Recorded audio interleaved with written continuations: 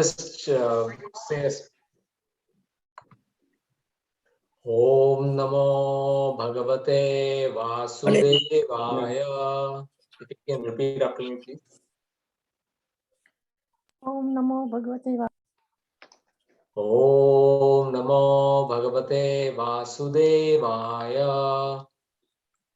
Om Namah Bhagavate Vasudevaya. Om Namo Bhagavate Vasudevaya. Om Namo Bhagavate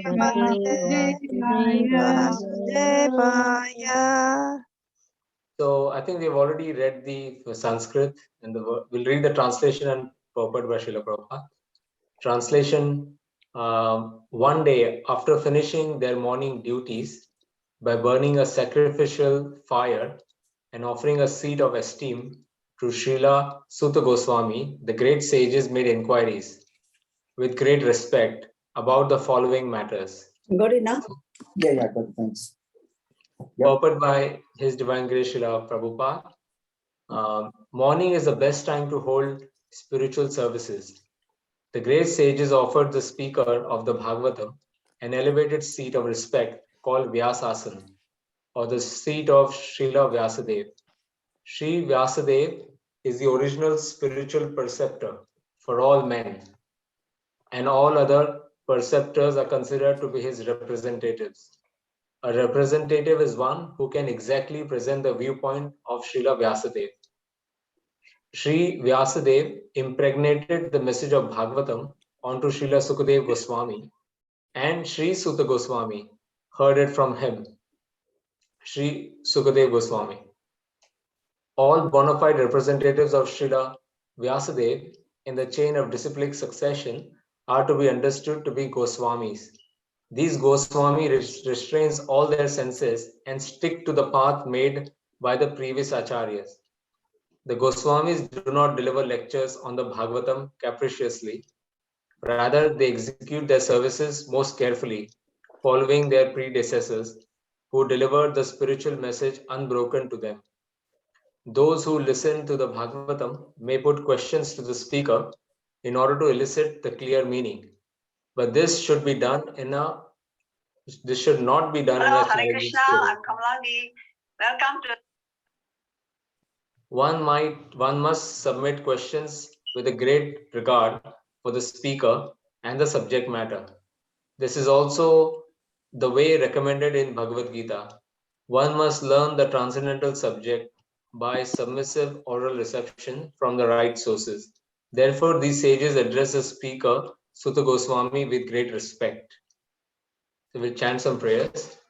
Om Jnanatimirandasya Jnananjana Shalakaya Chakshurudmilitam Yena Tasmai Shri Gurave Namaha. Namo Shri Chaitanya Manobhistam Sthapitam Yena Bhutale Swayam Rupa Kadamayyam Dadati Swapadantikam Vandeham Shri Guru Shri Yuta Padakamalam Shri Guru Vaishnavamscha Shri Rupam Sagrajatam Sahaganar Raghunathanvitam Tam Sajivam Sadvaitam Savadhutam Parijana Sahitam Krishna Chaitanya Devam Shri Radha Krishna Padan Sahagana Raghunathan Lalita Shri Vishakhanvitamscha He Krishna Karuna Sindhu Dinabandhu Jagatpate Gopesha Gopika Kanta Radha Kanta Namostute Tapta Kanchana Gaurangi Radhe Vrindavaneshwari Vrishabhano Sute Devi Pranamami Haripriye Vancha Kalpatarubhyascha Kripa Sindhubhya evacha Patitanam Pavanebhyo Vaishnavebhyo Namo Namaha. Jai Shri Krishna Chaitanya Prabhu Nityananda Shri Advaita Gadadhar Shrivasadi Gaura Bhakta Vrinda. Hare Krishna Krishna Krishna Hare Hare Hare Rama Rama Rama Hare Hare. Namo Om Vishnu Padaya Krishna Preshtaya Bhutale Srimate Bhakti Vedanta Swami Niti Namine. Namaste Saraswati Deve Gauravani Pracharine Nirvishesha Shunyavadi Paschatya Deshatarine. Hare Krishna everyone. Thank you for joining the session today. Um,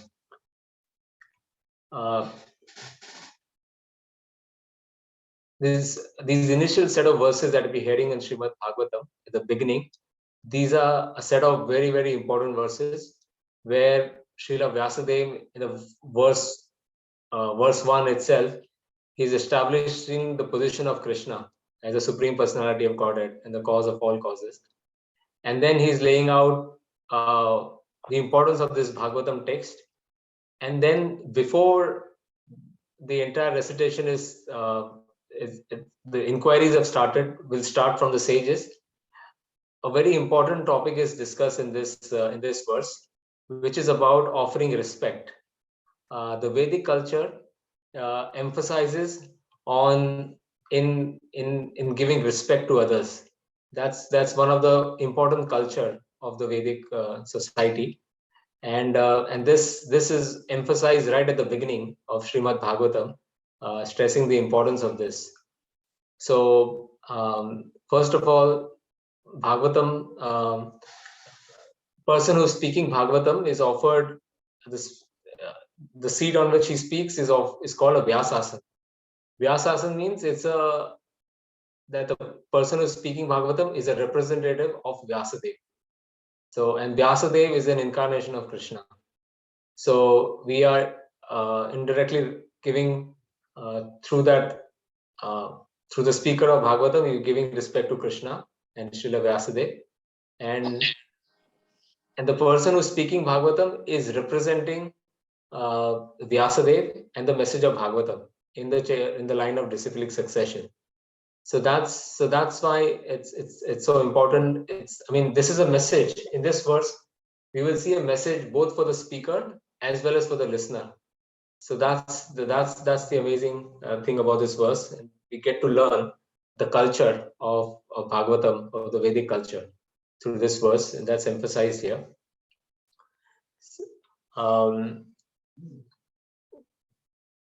The question comes that why should the speaker be respected? Okay, so if you're traveling somewhere and you get lost, okay, and if you ask somebody, hey person, tell me where is this place to go? How do I get there? That person will say, get lost. I have nothing to do with you. I don't know who you are. Get lost.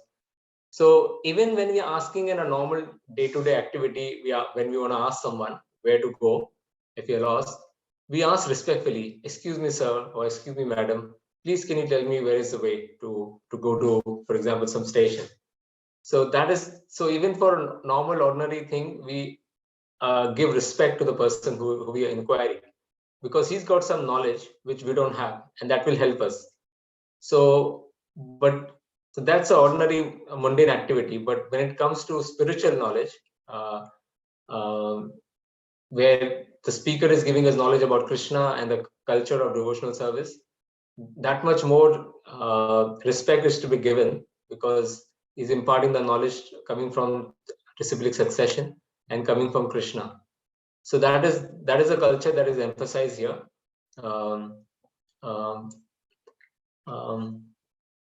By Srila Sutta Goswami in this verse, he's setting the culture.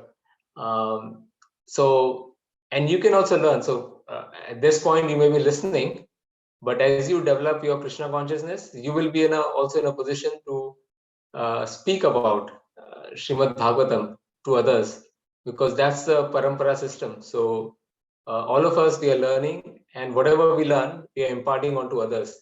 So that's something we can also imbibe right from the beginning, in terms of how to hear and how to impart the knowledge. And so that's a very important message that is emphasized in this verse. then we can think about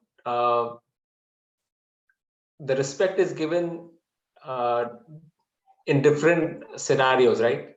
One is a respect given in the Vedic culture as per the knowledge or wisdom one has. So somebody has more wisdom, he's naturally been offered respect.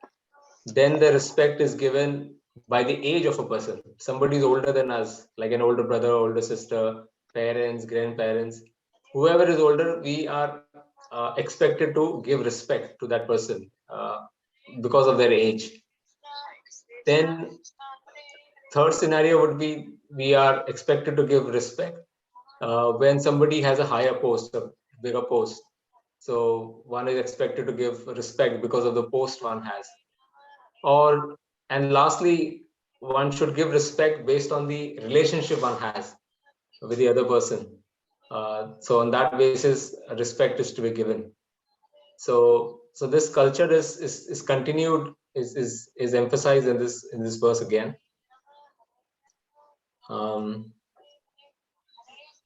And Prabhupada says in this purport that this point is also emphasized by Krishna in Srimad Bhagavad Gita. Does anybody remember what is that verse which talks about how to approach, how to treat a saintly person? Does anybody remembers that verse? Anybody wants to speak? Unmute themselves and speak. Hare Krishna, Prabhuji, can I try? Yes, please. I think it's tad vidhi pranipatena pariprashnena sevaya upadeshayanti te jnaninam tattvadarshina. Approach a spiritual master in a submissive mood and serve him and inquire from him submissively. I don't know if I'm right. Perfect, Mandaji. That's perfect, because that's how Krishna is advising us of how to approach. And again, Krishna is emphasizing the culture of respect and submissive hearing and offering service. We can ask questions, but Prabhupada is advising that one should ask question in a submissive way, not in a challenging spirit. And we touched upon the challenging spirit at the beginning of the class in terms of even for ordinary activities, we are very submissive when we ask, we inquire from someone. If you don't have knowledge, we ask for knowledge. We are very submissive. So like that. And also it is emphasized that one should hear this subject of Srimad Bhagavatam from a bona fide sources, not from any other one, because maybe we can have a discussion why we should hear from a bona fide source, not from anyone, the Srimad Bhagavatam, which is itself pure. Can anybody say why we should hear from a bona fide speaker who's coming in the parampara and not from anyone else? Yes, please. Then there is an authentic source. Yes. And what is the implication of the authentic source, Mataji? What if it is not authentic? Then what happens? Then there is plagiarized, and it's people's personal view and translation that comes across, interpretation comes across, whereas this is from bona fide people. Yeah, that's very good answer. The verses as they are. That's why Prabhupada says Bhagavad Gita as it is. There's no plagiarization of it. Yes. Anybody else wants to say? Hare Krishna, Prabhuji, can I say something? Yes, please. Okay. Also, the potency will not be there, and therefore the change of heart will not take place. So you'll be wasting your time. Perfect, Mataji. Very good answer. Because this is not a knowledge gathering exercise. We have come together. This Bhagavatam is here to transform our heart, not to impart just academic knowledge. So that's very good answer, Mataji. Anybody else wants to speak?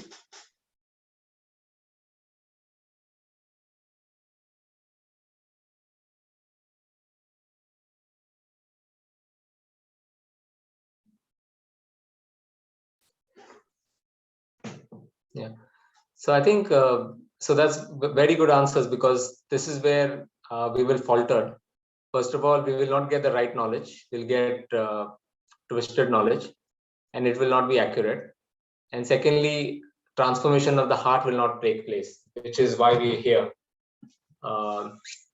So that's why we should hear from a bona fide sources.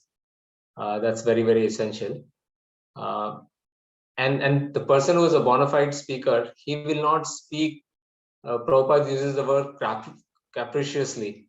Capriciously means the person is delivering lecture as per his whims and fancies, as per his mood. That's not how Bhagavatam needs to be spoken. It has to be, the speaker is representing Srila Vyasadeva and the Parampara, and he should speak from what has been spoken by the previous Acharya. I faintly remember one example. There was one person in a class. He had asked one sannyasi that one important question, but not in the right mood. And then the other speaker, the other audience who had heard the question, he later asked the speaker that why didn't you answer that question? And he gave the reason that I didn't want to answer based on my understanding. There was no answer I've heard from in the parampara, so I could not represent that answer properly. So that's why I didn't respond to that question. I ignored that question. So this is a high standard of how to speak in a Bhagavatam in representing Srila Vyasadeva. So that's one example I remember about speaking in the disciplic line of succession. Okay. So this is a small purport by Prabhupada. Is there, maybe we can open up for questions or discussion. Anybody has any points?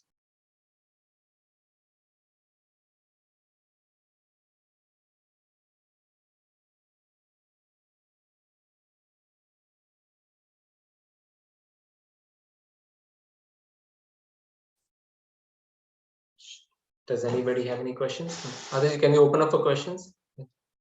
Everybody can unmute and ask questions or make comments.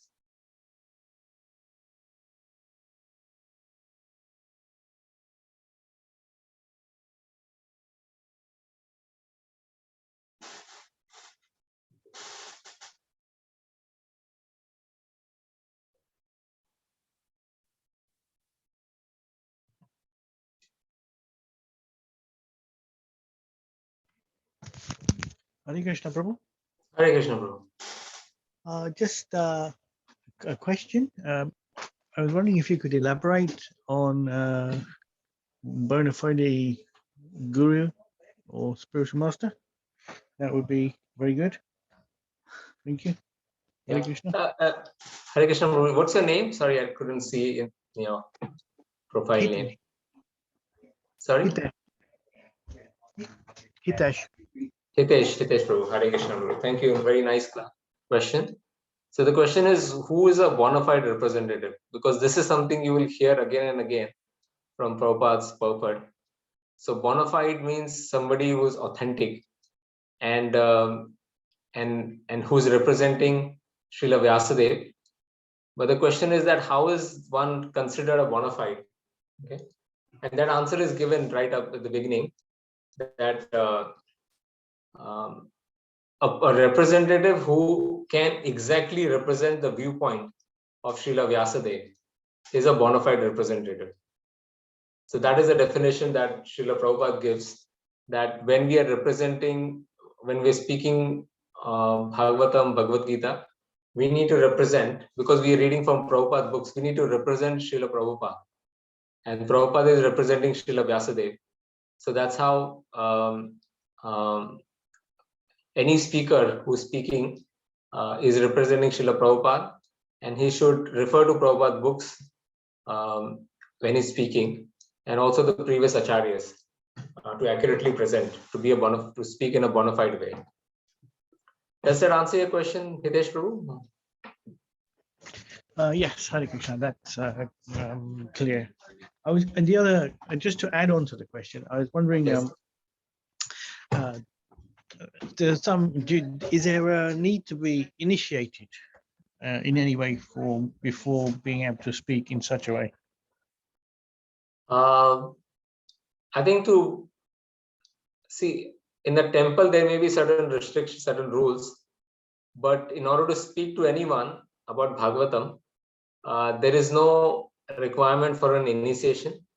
There are two kinds of ways you accept a guru, right? One is a Siksha Guru, the other is a Diksha Guru, and there are others also. But these are the two prominent ones.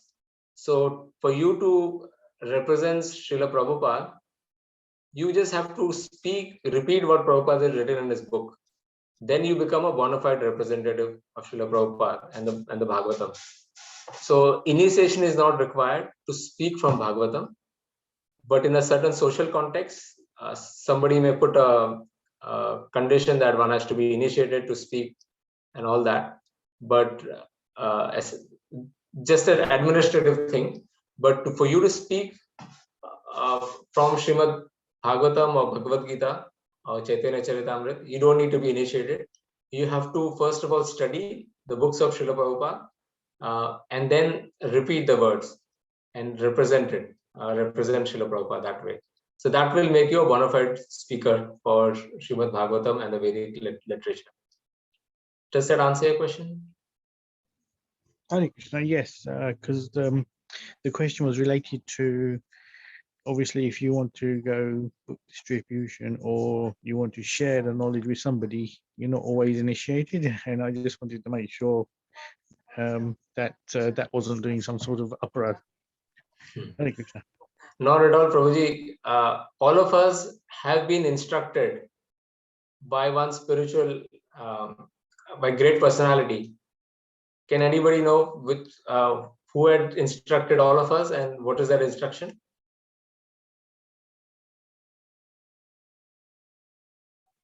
Anybody remembers? Was it Mahaprabhu who instructed that Jare Dekho Tyare Kaho Krishna Upadesha, something like that?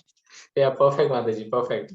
So Hitesh Prabhu, as Hema Mataji said, that we have been instructed, all of us, okay, to go and preach the message of Krishna to everyone. Wherever we go, whoever we meet, we have to speak about Krishna. So that's a direct order from Sri Chaitanya Mahaprabhu to all of us, everyone living in this planet, to go and preach this message. So don't ever hesitate that you cannot represent Srila Prabhupada, ISKCON, or the Bhagavatam. It's not only, I mean, it's an order. It's an order from Lord Chaitanya. It's that we have to do it. So thank you so much for speaking and on the streets and encouraging others to take up Krishna consciousness. Hare Krishna, thank you. Thank you. Anybody else has any questions, comments? Hare Krishna Prabhuji, I wanted to ask a question. Is it just the Brahma Gaudiya, the Sampradaya that has bona fide scriptures, or all the other Sampradayas, we would consider them bona fide scriptures as well? Yeah. So there are 4 schools or 4 Sampradayas which are considered bona fide. Okay. We are coming in the line of Brahma Madhava Sampradaya. So Lord Brahma is the initial guru in our parampara. And then in that disciplic succession, the next prominent one, which we name is Madhavacharya. So that's how is Brahma Madhava Sampradaya and Gaudiya, because of Lord Chaitanya accepting. The second Sampradaya is Sri Sampradaya. That is also bona fide. And the prominent Acharya is Ramujacharya in that line. And it's prominently in the South India. Third line is Nimbak Acharya. And the fourth is so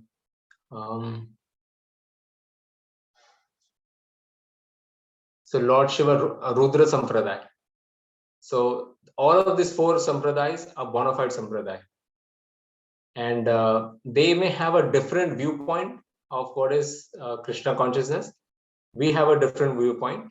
Lord Chaitanya accepted 2 two best things from each of the sampradaya, and he brought it together into his own movement. So, for example, he picked up how to worship and honor and serve Vaishnavas from the Sri Sampradaya. So like that, and how to worship Radha Krishna from Nimbar Sampradaya. So like that, he picked up two things from each Sampradaya, and he put it together in his own movement, the Hare Krishna movement that he started. So we're getting the best of all the four Sampradayas in terms of their key message, and that's what we try to follow. So to answer your question, Hema Mataji, all four Sampradaya are bona fide, but they may have a different viewpoint, not exactly the way we worship and the way we follow, but they are also bona fide. Lovely. Thank you, Prabhuji. That's a very nice clarification. Thank you. Thank you.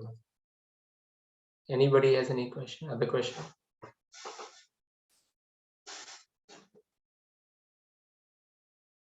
Hare Krishna, Prabhu. Yes, Prabhu. Hitesh again.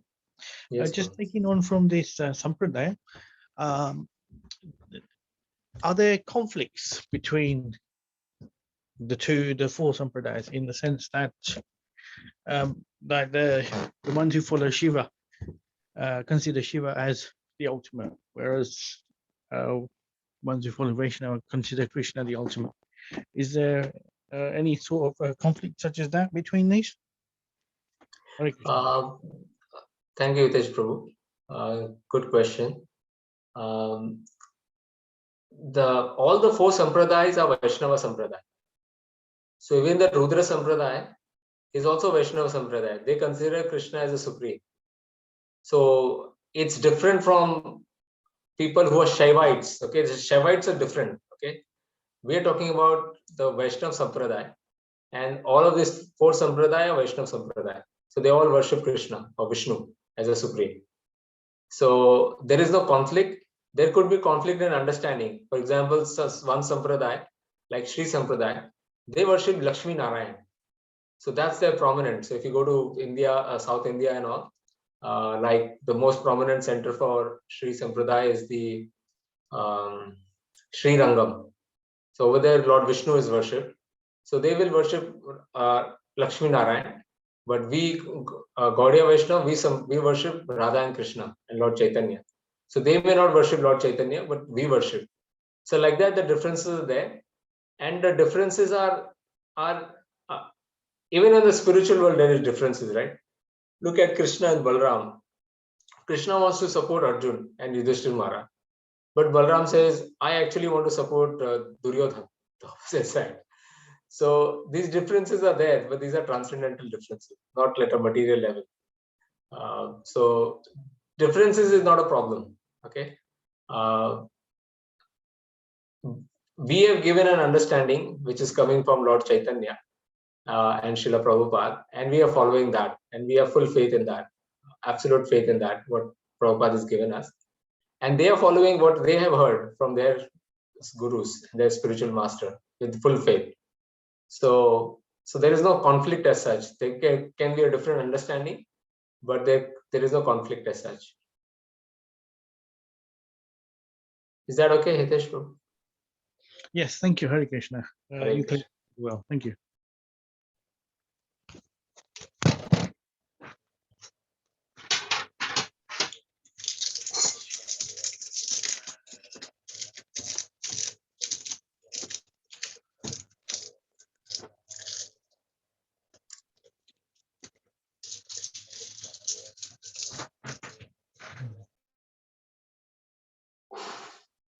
Hare Krishna, Prabhuji. Hare Krishna. This is Mamta asking. I just want one question. I don't know whether I heard it properly. So we are the one with Advaita philosophy. The other sampradayas, are they also the same philosophy, or Yeah, they other three sampradayas? So their philosophy, I mean, what Lord Chaitanya has given is not Advaita philosophy. Our philosophy is Achintya Bhed Abhed Tattva. So this philosophy has evolved over time, and Lord Chaitanya has given a final verdict of the understanding of our relationship with with Krishna. And that understanding is Achintya Bheda Bheda Tattva. Have you heard this, Mamta Mataji, before? Yes, Prabhuji. Please, can you please elaborate once more, please, for our memory? Sure, Mataji. So Achintya Bheda, so like Madhvacharya said, Dvaita, he put his two fingers like this, right? To indicate that the soul and the super soul are always different. Okay, so that because he was fighting this Mayavad, which we said everything is one. Yes. So he said, no, they are two. They are always two. They cannot merge into one. So that was his philosophy, and that has evolved over time. And Lord Chaitanya explanation is that Achintya means inconceivable, Bhed, simultaneous oneness and difference between the soul and the super soul and the Paramatma. So that is our understanding, that we, and Prabhupada explains, we are part and parcel of Krishna. Yes. So how do we understand this part and parcel? So Prabhupada gives an example that Prabhupada is speaking, okay, and there is a tape recorder, and the tape recorder is recording Prabhupada's voice. So he's saying that I have spoken and it's recorded in the tape recorder. I leave that place. Somebody has access to that tape recorder and he plays the recording. He will hear Prabhupada's voice, right? Yes. That Prabhupada's voice, is it Prabhupada or is it not Prabhupada? Yes and no. Yes, exactly.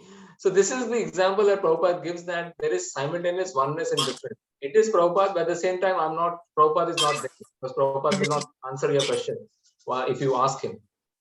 So that is an analogy that Prabhupada gives to explain Achintya Bheda Bheda. That Krishna, we are part and parcel of Krishna. We're coming from Krishna, but we are not Krishna. You're not In Krishna. terms of quality, we are equal. We are same, absolutely same. Like the example of a drop of ocean, in quality is exactly as the ocean. It's salty, it's watery, liquid, it's the same. But in terms of quantity, there is no comparison. It's inconceivably different. So this is our philosophy, that we are not one and we are not also two, as Advaita philosophy. We are inconceivably and simultaneously one and different from Krishna. That is our understanding. That is what Lord Chaitanya has given. So that has concluded this topic about what is the relationship between the soul and the super soul.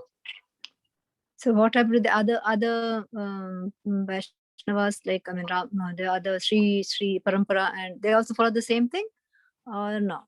Sri Parampara and then Rudra Parampara and third one, I don't know now, forgotten. What do they follow? Same? Slightly different, as I explained. So the Sri Sampradaya follows Shuddha Vasishtha. Maybe I'll need help. Does anybody remember what is followed by the other Sampradayas? What is the exact term called? Anybody on the call, please? Have a look, no problem.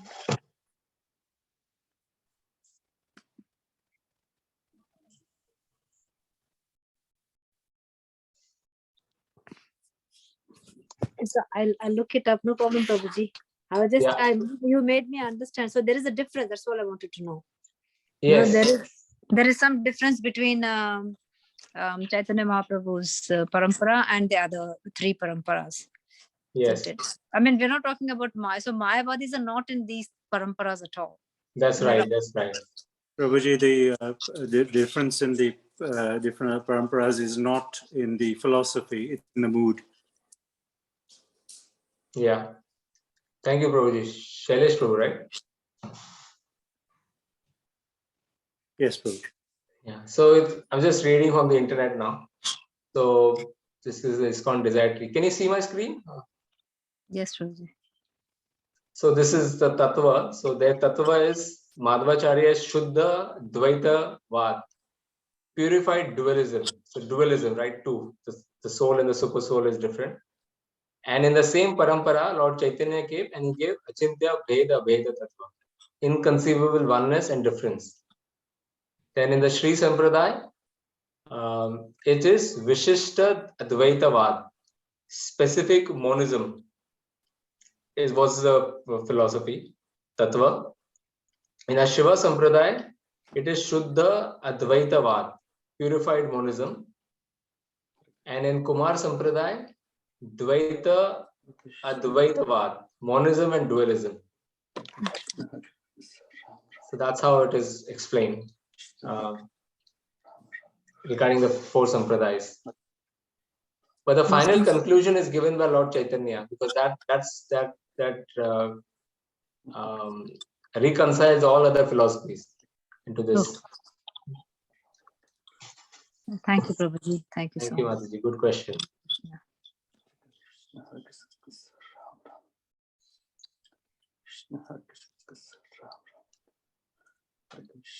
Okay, any last question anybody has before we wrap up? Yes, Prabhuji, I just want to ask you one question. Yes, please, ma'am. I just got a question here. When Sukdev Goswami heard Bhagavatam from Shivji and from Lord Shiva and what's the other personality, why he need to hear it again from his father? Sorry, can you repeat that question, Mataji, please? Nita Mataji? I'm slightly distracted. Yes. Yes, I just want to ask, when Sukdev Goswami already heard Bhagavatam from Lord Shiva and Vyasdevji in the form of parrot, why he need to hear it again from others? Yeah, I think very good question, Mataji. I don't know the exact Shastric view. Does anybody know why Sukdev Goswami had to hear it again, second time?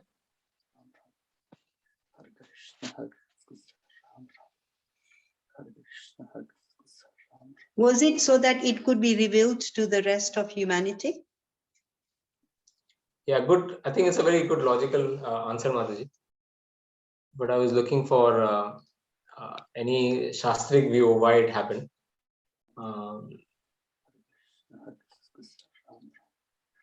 Yeah, it could be for the, as you said, Hema Mataji, that it could be for the spreading of this Srimad Bhagavatam and to be introduced into this world for us, all of us.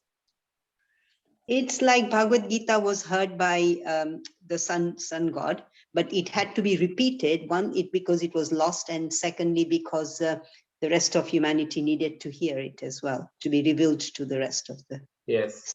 I was just thinking it must be the same logic. Don't know. Yeah. Because that was heard by different personalities, the same thing by different personalities, but this time it's only heard by Vyasdev himself.